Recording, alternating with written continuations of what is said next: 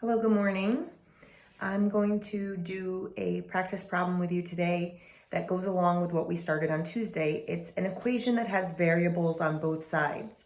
In this example, both of the coefficients, the numbers stuck to the letters, are going to be negative. So we're going to have to think carefully about the work that we do.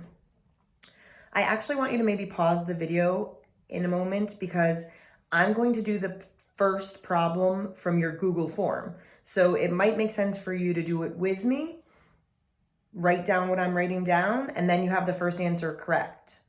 Take a second and go grab something to write with. Okay, so here's the first problem from your Google form. We have negative 10x plus 2 is equal to negative 8x minus 8. On Tuesday, you learned that it makes the most sense to get all the variables on the same side of the equal sign. And the man in the YouTube video said he likes to get rid of the lower number of variables. So I have to remember negative 10 and negative 8, who's the lower number? Well, this is a little thinking we have to go back to from early on in the year in your 6th grade knowledge.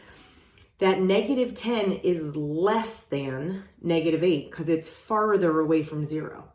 So when I think about getting rid of a variable term, I'm going to get rid of this one because it's smaller. If they did minus 10x, I'm going to do plus 10x to make that 0 pair. I'm bringing it over to this side to get all the terms together that have an x. Now, this is still just a 2.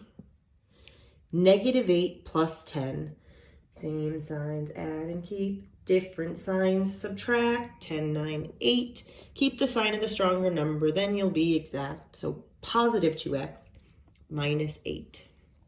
Now we have a two-step equation. We want to get that x alone, so we have to get rid of this minus 8.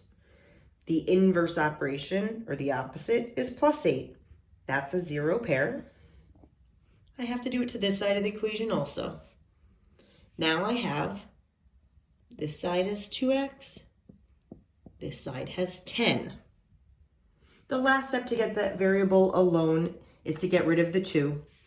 This is multiply, so I'll undo with a divide. And I get x equals 5. 5 is the mystery number that makes this equation true.